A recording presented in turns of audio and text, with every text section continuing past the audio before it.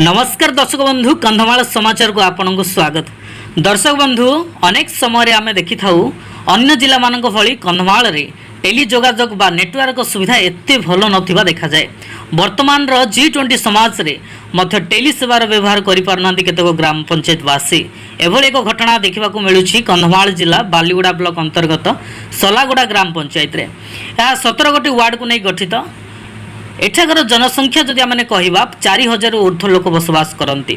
कहवाक गले अंचलवासी टेली जोगाजोग सेवार संपूर्ण वंचित अच्छा। एठाकर नेटवर्क नथिबारु जरूरी आंबुलांस सेवा ठीक समय पहुँची पारना।